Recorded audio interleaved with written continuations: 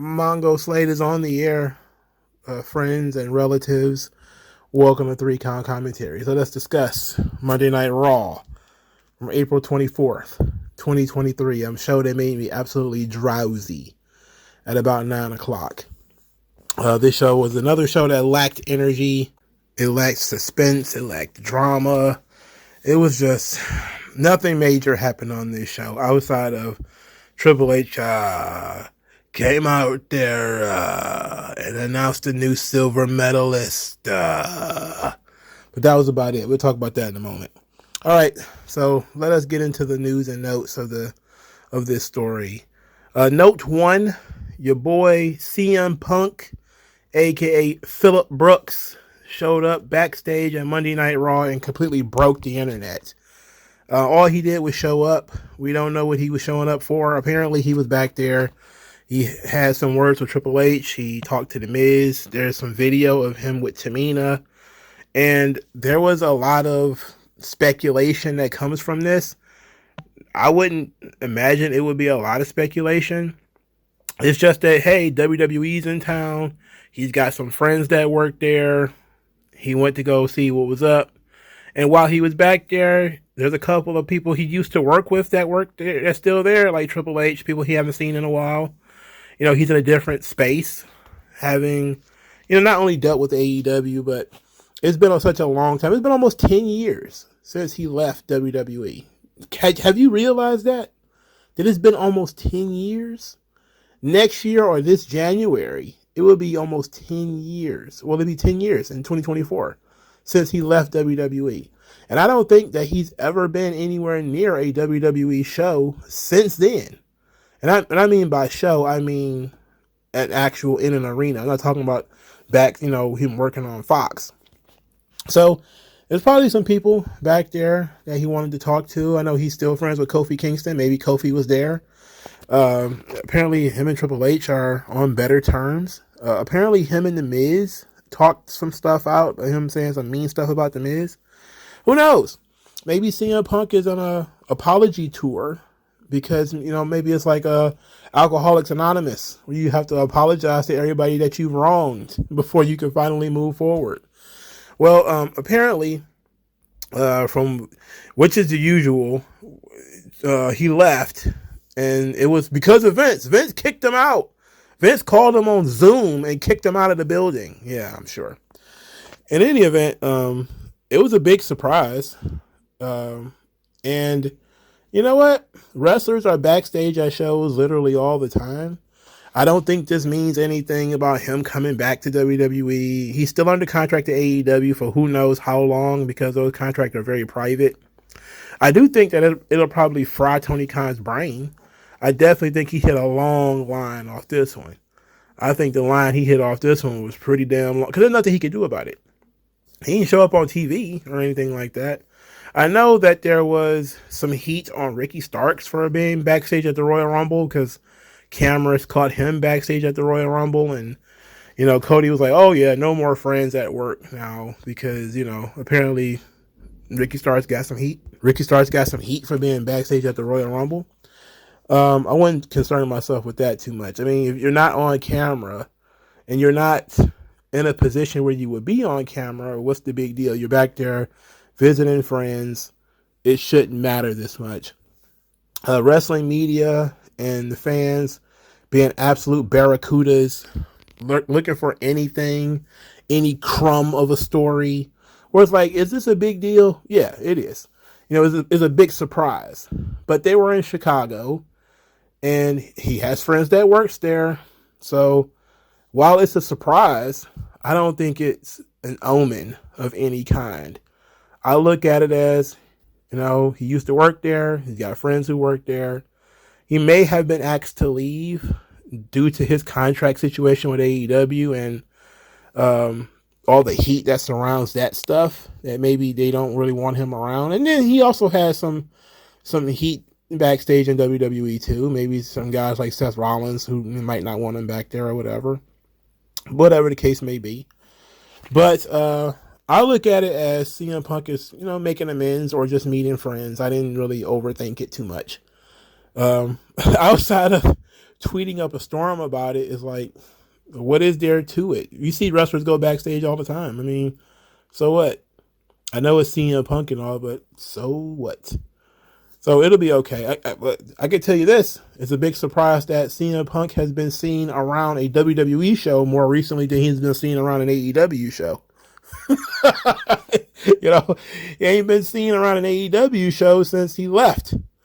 But also I think there's some kind of soft restraining order that Tony Khan supposedly put on CM Punk. He's not allowed to talk to, see, send letters, smoke signals, text messages, or anything to the Elite. If he does, they're going to call the police. They're going to call the Popo. You're going to call 12 on your boy, CM Punk. Okay, all in all, though, CM Punk showing up backstage at Raw was a shock. It was probably a nice surprise for a lot of people, but I don't think it meant anything. I look at it as he's friends with some people who used to work there, or still work there, I'm sorry. Somebody like Tamina, like, how long has she been there? She's been there forever. And her and CM Punk was talking in the parking lot. There's tons of other people that work there. There's probably people who he might be friends with we don't even know, So I don't look at it as he's trying to get his way back in. He's trying to make amends, this, that, and the third. If they let him in, then clearly something was going okay. They let him in. So that's a positive, right? You would think he would, there would be like, he'd get checked at the door or something like that. Like, wait a minute, I know you. You're that homeless bum that left this company 10 years ago. We don't want you in here. We don't want your kind around here. But they was like, yeah, come on in. He came in, probably shook some hands, said what he had to say. And then after a time, it was like, yeah, you got to get out of here. You got to go. And so he left, I don't think he was thrown out like Jazzy Jeff or anything like that either. I think it was probably pretty professional in so much as it being a corporate issue. I mean, you already got Tony Khan, whenever possible, he is complaining about contract tampering and all, suggesting that WWE engages in all kinds of malfeasance. And do you really want to feed that narrative? I mean, I wouldn't want to feed that narrative. So I'm pretty sure Vince and Triple H and all those guys don't either. And so what that means is you want to have a really limited exposure to his talent. And especially if CM Punk was in there talking to Triple H, you certainly don't want that. Because you don't want Tony Khan to turn it into a thing. You don't want him turning that into a whole, they're trying to steal my talent thing or whatever. The guy comes in, he says hi, he says bye, he leaves. But you're cordial enough to let him in, let him go around, talk, and then you send him on the other side of the door. It's that simple. I'm not overthinking it. Now, if it becomes something later, then it becomes something later. But for right now, I look at it as they open themselves up to a lot of criticism if he stays backstage too long. Especially if it's him and Triple H having conversations. But Triple H is in charge of the hiring and firing of talent. And plus, without there being nobody knowing what the hell they were talking about, Tony Khan can just literally make up whatever he wants. So you don't want to limit your corporate exposure to that sort of thing. All right, let's move on to Chavo Guerrero. So Chavo Guerrero, now I actually read the article, so let's talk about this. Chavo Guerrero says that Rey Mysterio was prostituting the Guerrero name. And I rolled my eyes at first and was like, oh my God. And then upon reading the article, it says, quote, while doing a virtual signing with Captain's Corner, Chavo Guerrero Jr. spoke about Rey Mysterio throughout it, including joking about how Mysterio has been trying to be part of the Guerrero family for a while. Guerrero talked about the feud he had with Rey in WWE and how he and his family are tired of people prostituting the Guerrero name for stories and angles because he and Eddie worked hard to build the Guerrero name. The idea of doing Chavo versus Rey at WrestleMania 40 was brought up.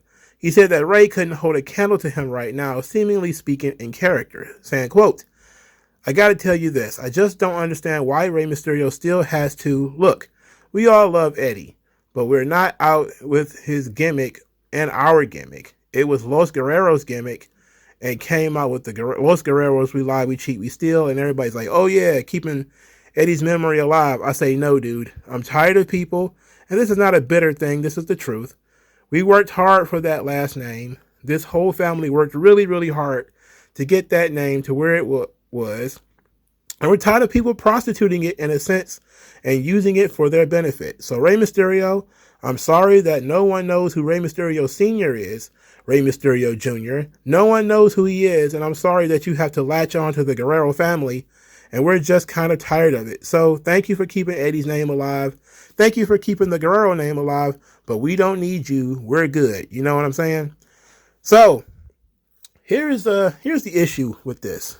They have a relationship where if this is a joke, Rey would probably laugh it off. And plus, Rey is like basically a saint, so he probably would have laughed this off anyway. Let's take it for a shoot. If he's shooting, he's retarded. All right, let's just put it straight to the point, because the Guerrero name with this shit that Vicky's got going on here, where her daughter, Eddie's daughter, is talking about being molested by her stepfather, and this whole thing blowing up on the meat not even a month ago, maybe like a week or two ago. I'm sorry, the Guerrero name needs some positivity. It needs more Rey Mysterio, if anything, So if he's serious about this, he might need to rethink it. He definitely needs to rethink it. But I'm guessing it's a work, and it's just all BS.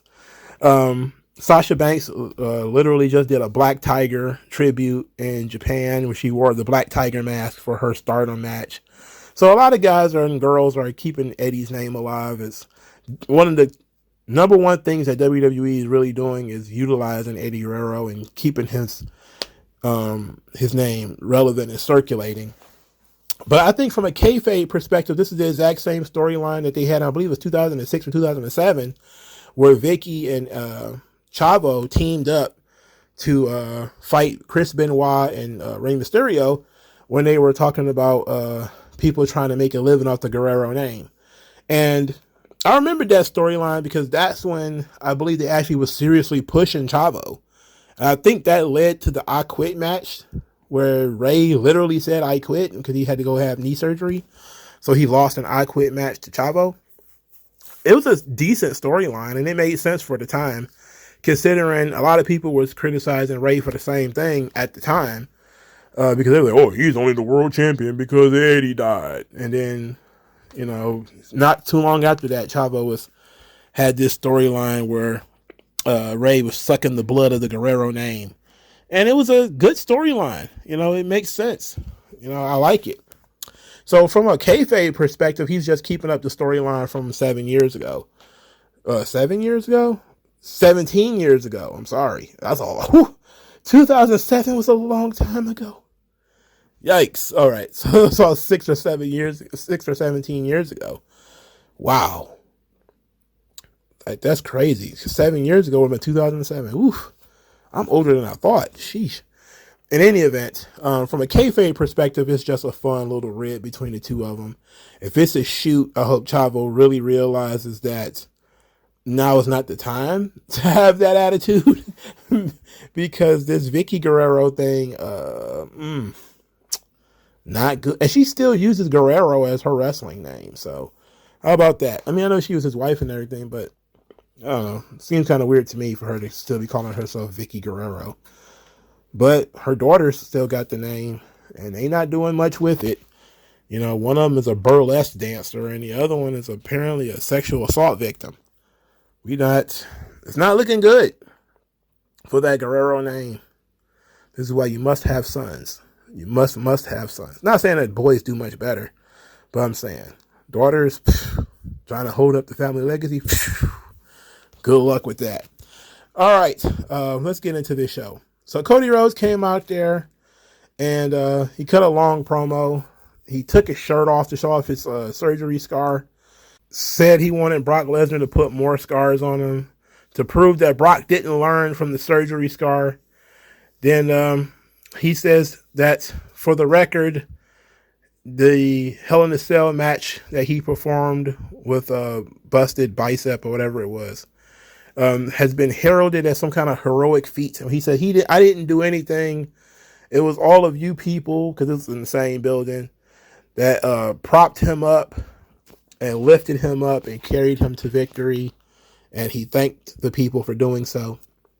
Finn Balor came out there, said they all have scars, and he saw Cody Rhodes have Roman Reigns beat, but you got screwed, and understands that he knows what that feels like.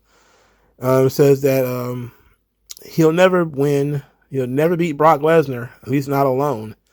Cody Rhodes interrupted him, said that he's not buying what he's selling, he's not interested. It says that so Finn Balor says that he wants Cody in the Judgment Day. At that point, they go back and forth, and Cody Rhodes ends up challenging Finn Balor to a match tonight. We get the match later in the evening. There's no stakes, and I feel like these two guys have wrestled recently. I can't tell you that they have, because I half watch most Raws now, and I'm just like in a permanent state of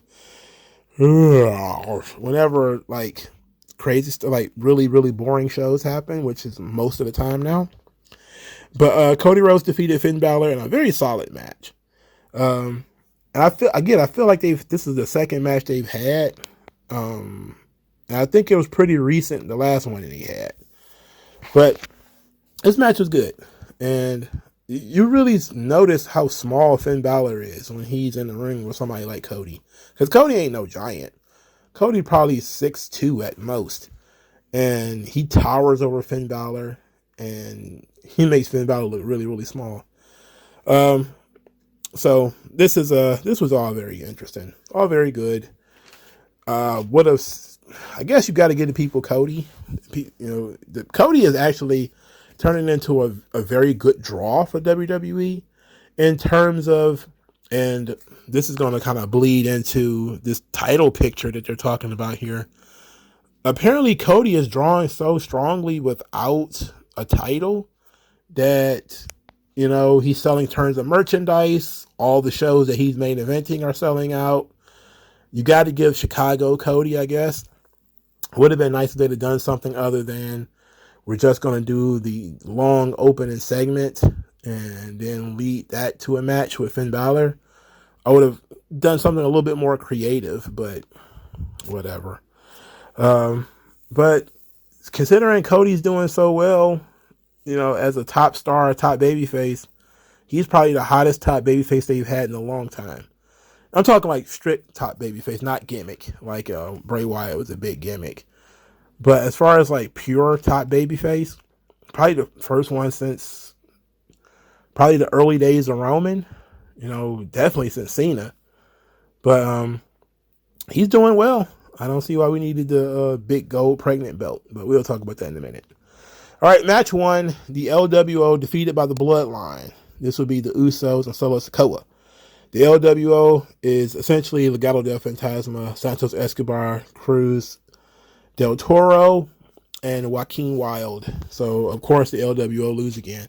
They have a new theme song, which now incorporates Eddie Guerrero's voice. And it sucks. And it sucks.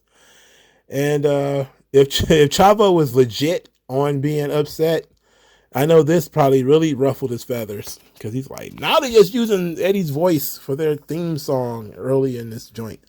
LWO sucks. And yeah, it's worse than the WCW LWO. It's the shits. I immediately lost interest when I saw the placard for this match. I was like, oh, fuck. There's no chance of Solo Sikoa losing a match, let alone a match that Santos Escobar and Joaquin Wilde are in. Those guys would never win anything. Those guys couldn't win tic-tac-toe. They couldn't win a game of dice. They couldn't win a game of solitaire. They ain't won shit on the main roster. Anyway, the Usos get on the microphone, say they had one bad night. They let the Bloodline down one time. But this Friday, they will be the tag team champions. Okay, simple and clean. Later, Jey Uso is confronted by Sami Zayn, who says that he's not here to fight, but was upset that the Usos dedicated the match Friday to Roman Reigns.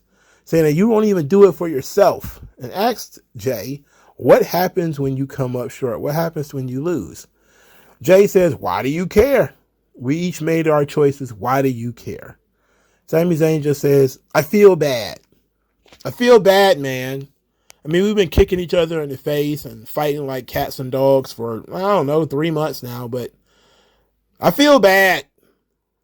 It's like, we've gone from Sami Zayn being kind of, generic Superman babyface, like we don't have to do this. We could still be friends, it's okay. To now he's sort of really obsessing over the Usos and he won't let them go. He being real clingy when it comes to the Usos. Like, you should be done trying to talk sense into these dudes. You should be done trying to talk sense into them. I don't know. Jimmy Uso is backstage kind of being jokey, calling himself main event Jimmy Uso, the right hand man, etc. And Jay's sitting there kind of catatonic and says, what if we don't win? And Jimmy's like, what? What do you mean, what if we don't win? So we figure out that Jim immediately jumps to that, you've been talking to Sami Zayn. You've been talking to Sami Zayn. Said he needed to stay focused. And Jay is like, but what if we don't win? And Jim's like, oh, hell no. We can't have this. So he goes and he finds Sami Zayn. And he told Sami Zayn that it's time to turn the tables. And that he don't have to worry about what's going to happen to the Usos because they are going to lose. And Kevin Owens didn't forget all those times you kicked him in the face. And that once you guys lose, he's going to turn on you. And Kevin Owens is going to turn on you, and you're going to deserve every bit of it. From there, Sami Zayn goes back to his locker room, where he's confronted by Kevin Owens and a chatterbox and Matt Riddle, who literally I ignored him the entire time. Kevin Owens is very upset that Sami Zayn is still talking to the Usos. Doesn't understand why he's talking to the Usos or why he cares about what's going on with the Usos. Said it's too late for them. He's got to give up on them. But he's frustrated that Sami Zayn is still talking to these guys, hanging out with them, and was doing so all night, which is a really good point. Like, it's one thing to, shoot a guy a text message or something like that. But when you stalking around in the dark, having secret meetings, I think that's suspicious. That's not cool. And it's dangerous because these dudes they whoop people's asses for a living, like perpetually. So why would you be hanging out with the Usos, knowing that they can probably, make it easy on themselves and put like a pipe wrench through your brain or something like that? Which, theoretically the Usos should have put a pipe wrench through his head. Like, why wouldn't they? What would be the good reason for the Usos not to kill Sami Zayn? I mean, they've been fighting for 3 months. Why wouldn't they kill him? I don't know. Matt Riddle finally said something mildly intellectual when he reminded Sami Zayn of RK Bro and how people kept telling him again and again that Randy was going to turn on him, but it never happened because, he trusted his bro, and that Sami Zayn's got to trust his bro too. People keep telling him that Sami Zayn that Kevin Owens is going to turn on him, but he's got to maintain the faith. And I thought that was actually useful in this situation because both teams are talking about guys turning on them. Sami Zayn is definitely worried about what's going to happen to the Usos and Roman turning on them. And the Usos are just trying to drive a wedge between Sami Zayn and Kevin Owens by talking about Kevin Owens turning on Sami or Sami turning on Kevin. It's just, but what if they turn on you first? It's not a real threat. It's like if anything happens, it's going to be because Sami Zayn is being entirely too naive in dealing with the bloodline. This is just a way of them trying to build up the match on Sunday, which is fine, but except the fact that these people just have too many matches and there's too many segments between them. It's just entirely too much going on when it comes to the bloodline and Sami Zayn and Kevin Owens. I'm kind of over it. I'm done with it. Let's move on, please. Bianca Belair is backstage. She gets accosted by Damage Control. Io makes a challenge, and they end up having a 6-woman tag. Damage Control lose to Bianca Belair, Liv Morgan, and Raquel Rodriguez. Bianca Belair pins Bayley with the KOD. They're really kind of leaning more towards Io now. Bayley's a bit of an afterthought, which is kind of the right thing to do because Io is the top contender. Apparently, this match will take place at Backlash. I'm thinking that Io is going to win the belt. That's what I'm thinking. I'm thinking Io is going to win the title. Should she win the title? Who are you preparing Bianca for? That's my question. When you're the big champion, you get the big title run. Somebody's got to get the heat of going over on you. If it's not going to be Io, who is it going to be? And that's going to be the question. Like, unless their plan is to lean into, let's say, Bianca Belair and, let's say, Trish Stratus, maybe that's the plan. I doubt it, because it's more likely going to be Becky Lynch and Trish Stratus. But let's say, humor me in the discussion. If that was going to be the case, I would see why you would have her go over on Io. But if there's no real reason for Bianca to have the title this long, I could see them giving it to Io just to freshen it up. Because Bianca being champion for a long time, even though it hasn't been her fault, it has been very stale. It is very stale. And they definitely need something to shake things up when it comes to the title picture. But I don't think a new title is going to be the one to fix the problem, for Christ's sake. We'll talk about that in a moment. All right. So they didn't tease Damage Control breaking up this week, but it's pretty much still there that Bayley was bragging on Io, and Io cut her off and started yelling in Japanese. So apparently they're kind of putting Bayley on the back burner. And it's almost like Dakota and Io are doing their own thing, and not really involving Bayley too much into it. Maybe I think Damage Control is going to get separated in the draft. I don't think they're going to have a formal breakup. I think maybe somebody's going to get drafted somewhere, and they're going to get broken up in the draft. They'll probably send Dakota Kai's ass back to NXT, if we're being honest, which is probably where she should have been and why she should never have left. That's just me talking, though. I'm not saying what I would do. I'm just saying this is what I think. All right, so Trish Stratus cuts a backstage promo saying that Becky Lynch is holding up, ain't doing too good. She can't handle the pressure of being the top woman in WWE and being a mom. While Trish has been a top woman in WWE and was being a mom, and she called herself the man. And I was like, okay. All right, whatever. Said that it's too much pressure for poor old Bex, and she put her out of her misery. And it was a very short promo. This was a lot more believable than her long form promo, and it's actually a little bit more focused too. Sometimes when you have too much time, your material tends to meander too much. Like, this was a little bit more focused. In terms of Becky Lynch can't handle the pressure. She can't feel my shoes, which is the good thing. I like that. It's a good character angle.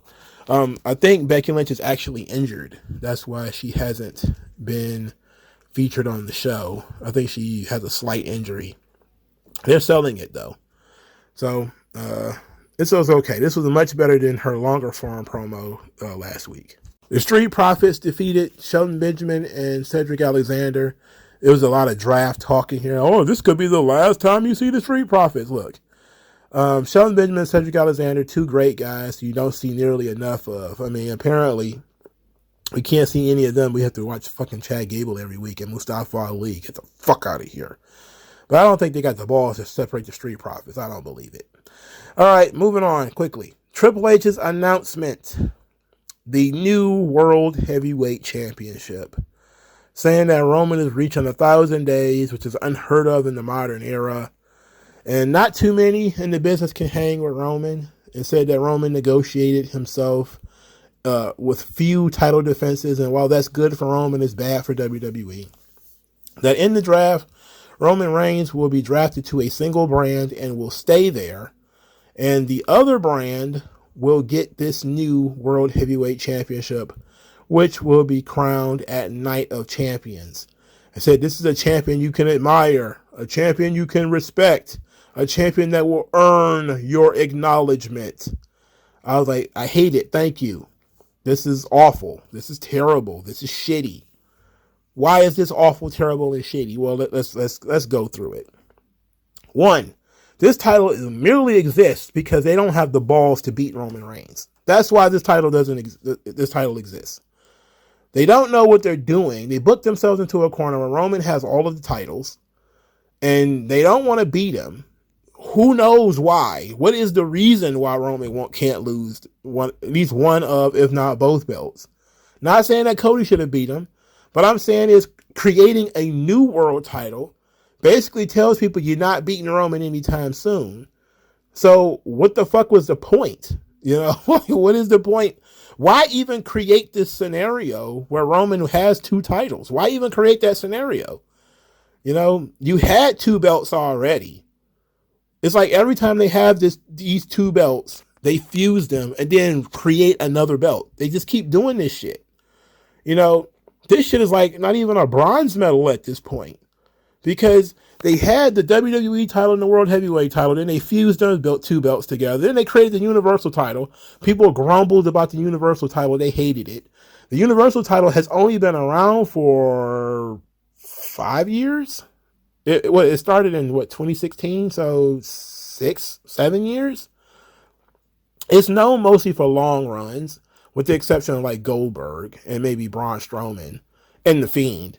Most people who had the belt for a little while, and this thing was fused with the WWE title, and now it's been a year, because he won the title at WrestleMania last year, so it's been a year since a new title was introduced. But you don't need to do this. You need to handle the problem that you created. You need to beat Roman. Again, there's ways of beating him without him actually getting pinned. You could have pulled a ladder match situation, and the guy pulls down one title, and that's it, and Roman gets the other title. And that's where you separate it. Or whatever you wanted to do. But creating a situation where, we're not going to beat Roman, so we're going to give you this title, is literally a bronze medal. At the most, it's a bronze medal. To me, it's the Intercontinental Championship 2.0. Because what the fuck is the difference between being an Intercontinental Champion and being the World Heavyweight Champion? What is really the difference? The wording. It really is no difference. Second point. How am I supposed to believe they're going to book this title any better than... Look how they booked the U.S. title. The U.S. title is booked like shit. Austin Theory's just got it. And if it wasn't for him being on this show, cutting a promo on this show, I wouldn't have seen them with the belt in forever. Since WrestleMania. They don't have any feuds for that title. You talk about, they're elevating the U.S. belt. No, they're not. The U.S. belt got a pity fuck on WrestleMania because John Cena was wrestling. That was it. There was no real threat for Cena to even win the title. They're not elevating these titles. They're just putting them on guys, and the guys fucking disappear. They've been doing this with the exception of Gunther. He's the only one that actually regularly defends his title. The women's title is not regularly defended. There's no feuds for either one of them. Bianca doesn't have a feud. Not a real feud anyway. She's got a number one contender, but she's got no feud. And Rhea Ripley's got no feud. She's got a number one contender, but she's got no feud. The tag team titles are in the absolute doldrums. And I'm talking both sets of tag team titles, the men's and the women's. The only title that is consistent and that should be hot is the Intercontinental Championship. Everything else is booked like trash. Well, except the stuff on NXT. The stuff on NXT is fine. But you create a new title that has no real rules to it. It's just another belt that exists because, we don't have the balls to beat Rome. It's not a situation where, this is like their version of an interim championship. You're the interim champion. You got Roman running around calling himself the undisputed champion, and you immediately create a dispute because now this guy is calling himself the world champion. That's a dispute. No longer is Roman undisputed champion, and he did so without losing. So this guy, whoever wins this title, whoever it may be, are you really a world champion without ever beating Roman Reigns? It's not like Roman is injured. It's not like Roman is hurt. It's not like something happened and Roman can't defend the title and the title's been vacated. You're creating a whole new championship because, well, the title deserves to be defended. Like I said this earlier, Cody has been drawn great without a belt, which means we don't need a belt on Raw. You don't need one. Okay? So the idea that you need a title seems kind of silly to me. No, you don't. And if you need a belt, you got the US belt right there. Okay? Do something with that thing. Now, I'm not of the belief that Cody's going to win this title. I don't think Cody's going to even be interested in this title, nor will he or Brock Lesnar get anywhere near it. I think they've already told you today on this show why they created this belt. All right? They showed it to you in the future in that segment with Seth Rollins why this belt exists. All right? Because there are some guys who need something to fight for. And that's the reason why I'm saying I've always agreed with 2 championships for the 2 brands. That's perfectly fine as far as I'm concerned. But once you do some dumb shit, like you put both belts on one guy, you got to take one of the belts off. You know, the idea was just going to keep creating new titles. It's the inflation factor. The more of these fucking things you have, the less they're worth. All right? It's simple mathematics. You're going to have 3 fucking world championships. Oh, now it's technically only 2. It's still 2. It's still 2. It's still too many. The reason why you had 2 world titles before is because one guy was on one brand. That has not happened yet. All right? They announced this thing without having Roman even be on the show. It would be one thing if Roman was being a dickhead about it. We set up a title match for Roman and he refused to participate because of contractual blah, blah, blah. Pull a boxing thing where he's got a mandated opponent. Cody Rhodes gets a mandated rematch and Cody's calling out Roman and Roman's like, no, it's in my contract that I only have to defend the title X amount of days. I'm not doing it. And then you punish Roman by saying, okay, you're no longer the undisputed champion. You're strictly the champion of SmackDown. And you piss him off. You take a little bit of that heat away from him. And then you create this other title, But WWE is going to get like boxing, where it's going to be like the WBA, WBO, IBF, Ring Magazine, World Championship. I'm like, oh, God. Do we really need all that shit? No, we don't. We don't really need all that shit, okay? So to me, I don't like it. The design is fine, except it looks like the WWE Big Gold Championship with a big pregnant logo in the middle of it. It's really weird. They try to hyping it up. I just roll my eyes like, come on, man. Look, is it as terrible as the Universal title? No. Because the Universal title not only looked lame because it was just red, but it was also just the exact same design as the WWE Championship, which was just basically the big logo. So at least they went away from the big logo and they went away from the lame name of the Universal title. So they got rid of the Universal belt to create the World Heavyweight title, which is always an infinitely better sounding title to be called a World Heavyweight Championship. Infinitely better sounding, rolls off the tongue more, feels more like a sport, like something an athlete would actually want, instead of having a Universal title. And I think they should I've said it before, they should rebrand these women's titles too. Like, why have a SmackDown Women's Championship and a Raw Women's Championship? One of them should just be the WWE Women's title. The other one should be the WWE Women's blah, blah, blah title. World Heavyweight Champion or World Lightweight Champion or something like that. As a way of, so these belts can be interchangeable for the brand. And you can get rid of the fucking colors. You don't need to do the colors. Like, I still like the women with the white belts. I like that. Men black belts, women white belts. I like that. It's simple. But, the idea of the Raw Women's title and the SmackDown Women's title, I don't know. If they ever got their head out of their ass about the Divas Championship, why not rename one of them the Divas title? You know, Diva means goddess. You know, that's the root word, Deva. You know, but I'm overthinking things, right? They'll never rename it the Divas title. I'm just saying, just throwing that out there. Plus, they're bringing back so many memories of the butterfly belt. But there's got to be some other way of naming these belts. But I'm not a big fan of this new world title. To me, it seems like belt inflation. You know, we're just going to keep creating world titles. I didn't really realize it's been a year until I sat down and thought about it. Like, how long has it been since the titles were unified? And they were unified at WrestleMania 38, you know? So it's been a year since one of the brands have gone without a champion. And that's a long time. But you have the United States title that you're not doing anything with. And then you create these scenarios where basically you're telling the audience we're not going to apply any rules to Roman. The 30-day rule doesn't work anymore. We need to have another workhorse champion. And it's like, fuck. You got to have another workhorse champion. That's what the fucking Intercontinental title is. That's what the United States title is. Aren't those the workhorse belts?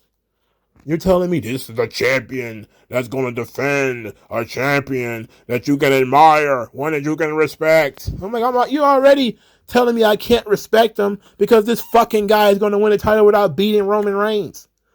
And furthermore, what does it say when this guy wins a title without beating Roman? What does it say about the person who actually beats Roman? Like, it meant a lot more for somebody to become world champion by beating the top dog in the company versus beating, he was a top dog in the company. You know, I don't know, man. I don't like it. I don't like it. It's hard for me to even swallow it. To me, it's stupid.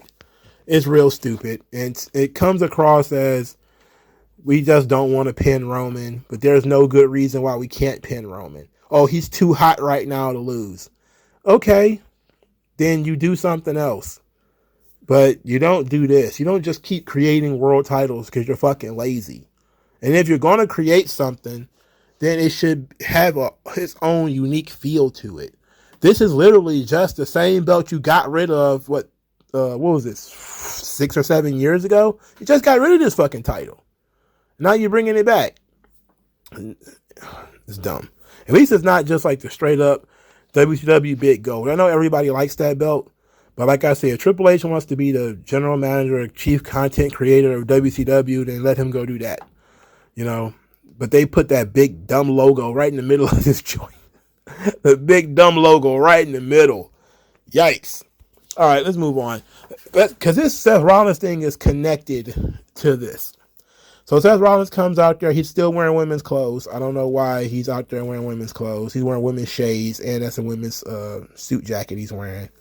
It's all very fruity and weird.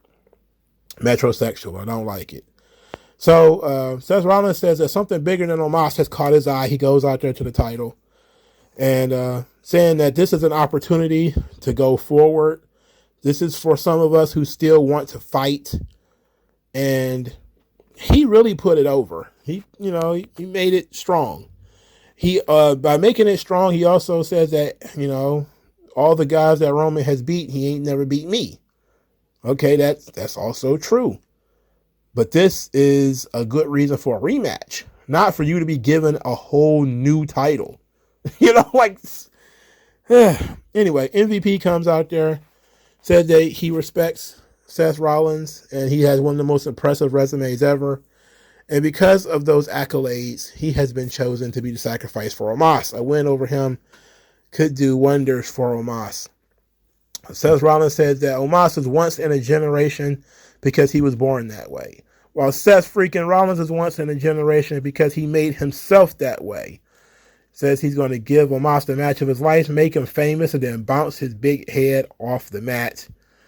And when he wakes up, he's going to hear all these people singing his song.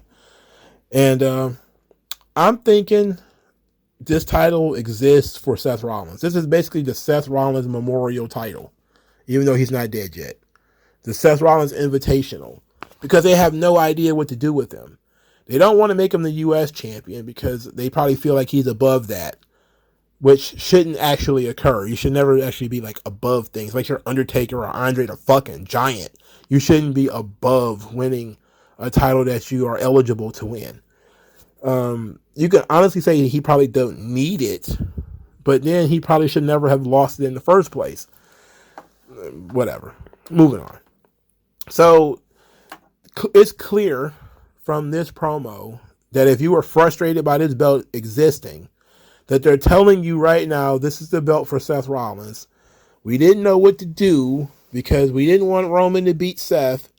We can't keep having Seth running around talking about how Roman didn't beat him. So we got to do something. And since Seth doesn't have anything, we're going to give him this. I know that it's become a meme. So it's already been a meme that, oh, this is just a consolation prize. It's like, yeah, that's literally what the Intercontinental title is and the U.S. title. And basically any title that's not the world title is essentially at most a silver medal. So that's what this is. This is basically the pat you on the head. You're a world champion in the eyes of some people. Now, the crowd reaction for the title, the crowd reaction for Seth Rollins possibly winning the title, I think they were very positive. The crowd really, really liked the championship when it was unveiled. They liked when people talked it up. They really tried to put it over. But it's similar to what they did with the IWGP belt, where they created a new belt and they fused the Intercontinental title and that the IWGP title into creating the IWGP World Heavyweight Championship. And now it's got a really soft lineage, and it doesn't have the same cachet as it did before. Belt design is different and everything. And you also got weird people winning the belt, like Sonata. But I'll get used to it, I guess. But right now, as I sit right now, I don't like it. Even when Seth Rollins wins it, I probably won't care about it because, again, he didn't get it in a way that makes any real sense. We didn't even wait for Roman to get drafted and then cut the promo about how he don't want to. Remember, they did this with Brock, right? When Brock got drafted to SmackDown, he was an undisputed champion. And they had Paul Heyman go on TV and talk about how he made an exclusive deal with SmackDown. And, oh, well, Raw won't get a championship match. Ha, ha, ha. And then that's where they created the World Heavyweight title. Which, if they'd have did that here, it would have made a lot more sense. If Roman would have said, look, I'm only working on one brand because that's what my contract says. And then, they have to argue with him about it. And Adam Pearce, okay, screw it. I have the authority to create a new championship, so that's what I'm going to do. And people are already joking that it's not going to be long before Roman wins this one, too. And you know what? I'm going to jump right in on that joke. It won't be long before he's a WWE Undisputed World Heavyweight Universal Champion of the world, Craig. He's going to have all the appellations. The WWE World Heavyweight European Intercontinental Champion of the world. I didn't say all the titles. The WWE World Intercontinental European Light Heavyweight Divas Tag Team Universal Champion. That's not even all of them.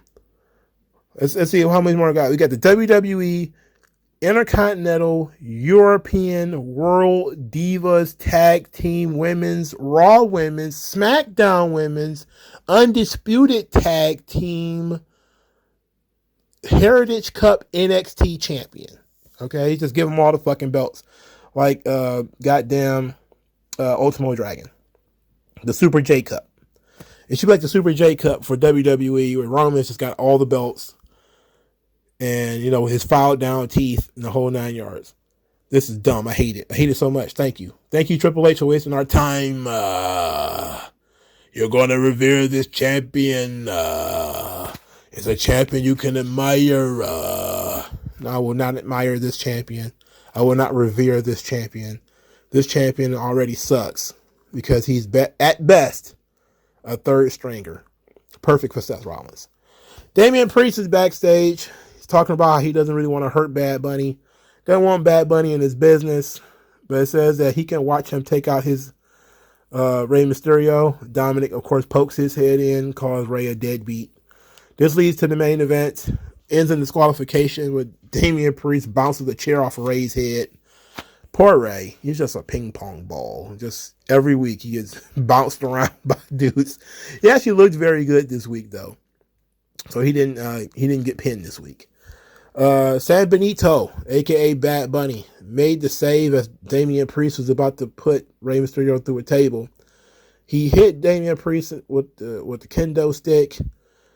I think that he probably would have got a better reaction if he didn't hit him, and if Damian Priest had just fled, it probably would have got more heat. But like as soon as he hit him, that crack, the crowd reaction actually went down. Like the crowd reaction was huge when his music started, when he came to the ring, and then as soon as he made contact, the crowd reaction actually like cut in half. It was like people wanted Damian Priest to powder, not to go in there and get hit. In any event, after the match, after Bad Bunny saved Rey Mysterio, Bad Bunny says that he's no longer the host of Backlash. Now he's going to kick Damian Priest's ass. It's going to be a street fight between Damian Priest and Bad Bunny at Backlash. And I wrote, oh my. Like, you're really testing the waters here. They got a lot of faith in Bad Bunny to let him do a street fight. Especially when the tag team match is right there. Rey and Bad Bunny versus Damian Priest and Dominic. Like, that's literally right there. And they're going to forego doing that. They must got a lot of faith in Bad Bunny's abilities to do stuff on this show. I don't know if I would trust the guy that much, but then again, I'm not very trustworthy. What do you do with Damian Priest, for Christ's sake? Do you have him lose to the musician? I mean, this guy's huge. He's a really good talent. Is he a main event talent? Upper mid card, U.S. champion, maybe Intercontinental champion level. Sure. Do we have him lose to the musician? I don't know. Do you beat Bad Bunny in Puerto Rico and risk people getting stabbed? Well, maybe because Damian Priest is Puerto Rican too, nobody will die. Maybe. But I don't know, man. This guy's like the biggest star to ever come from Puerto Rico. I don't know if you pin him on his own hometown. I don't think they got the balls to do that. So that means I have to come up with some way for Damian Priest to win, which definitely means that there's going to be some LWO interference. Likely some Rey Mysterio 619 stuff and all that kind of shit, right? I think they're better off just making it a tag team match to make it more palatable for Bad Bunny to win. Because beating him doesn't make any sense. But him losing his hometown, you just can't do it. You just can't do it. All right, they did another Bronson Reed vignette, which he says that there aren't anybody in WWE with his size and with his power, and those who are like to kiss babies, and that none of them can measure up to him. And I was like, okay, I appreciate that.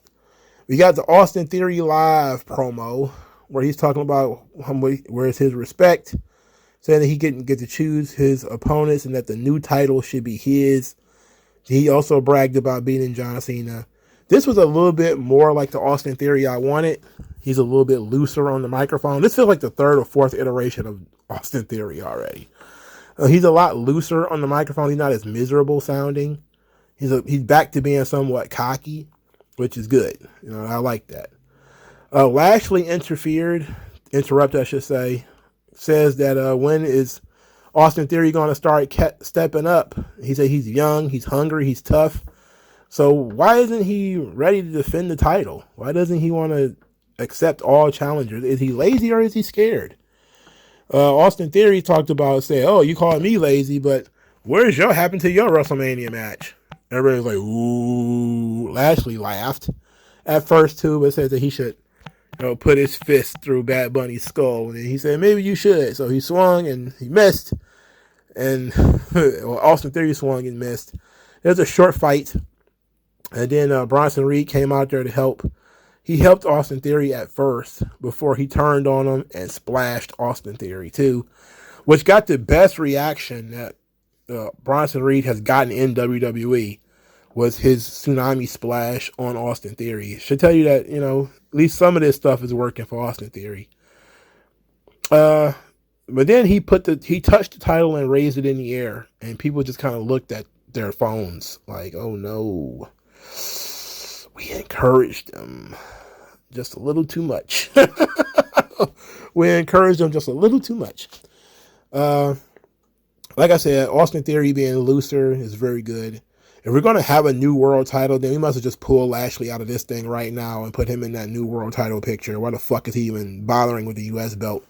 The only reason why you have the U.S. belt and have a guy like Lashley wrestling for it is because there was no world title. But now since you got another world title, well then why is Lashley wrestling for this belt? Come on, man. Just give Lashley the big gold belt, the big W. The big W. Big W number 3. All right, Elias and Boogs are backstage doing dumb shit. They're talking to Chad Gable. Chad Gable, because he's a smarty pants, breaks down the draft again. It's all dumb and pointless. And this led to Chad Gable wrestling Mustafa Ali in a match that made me want to throw my TV, even though it was only like 2 minutes. And Mustafa Ali, who's from Chicago, actually wins the match with a victory roll counter to the Chaos Theory. They burn it with fire. I don't care about Mustafa Ali or Chad Gable or Otis or Maxine Dupree. I don't care about any of these people anymore. And because there's no consistency to these characters, they're just popping up sometimes, and there's no longer any tease or any drama or even any comedy in the Alpha Academy Otis thing. In fact, where the hell is Mace and Mansoor? Where did they go? They just disappeared off the face of the earth. I don't know where they went. All right. The show is going to be known mostly for Triple H unveiling that second Intercontinental title they created. And the show where CM Punk showed up backstage. That's going to be the big stories rolling out of Raw. Very unfortunate because the show was okay, but they need to get back to doing big angles and big stories. They need to get back to that immediately. These shows have been bone fucking dry. Bone dry. Sahara Desert dry. They need help. I don't see how Cody is making it work with, selling out all these buildings and shit when he doesn't even have a hot angle going right now.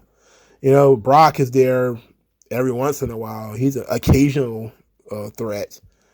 So, I don't know, but, God bless them. They're doing a good job in terms of drawing money and in terms of merchandise and all this kind of stuff. I don't see how it's working because the shows are dreadful. The shows suck. There's nothing happening. I'm almost at the point where I want somebody to get ran over like a pickup truck or something like that.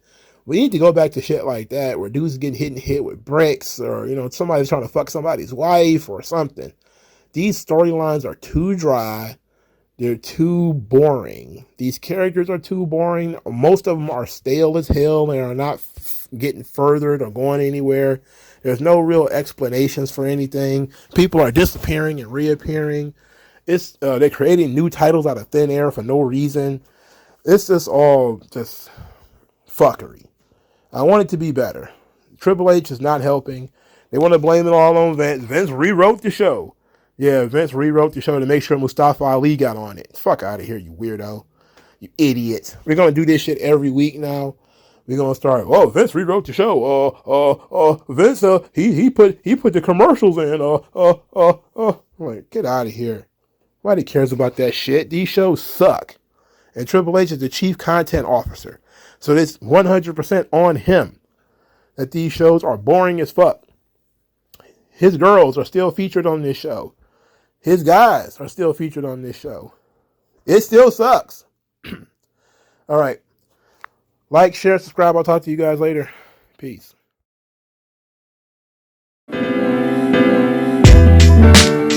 Tell me what's worse than learning all that you led to believe was all horse crap.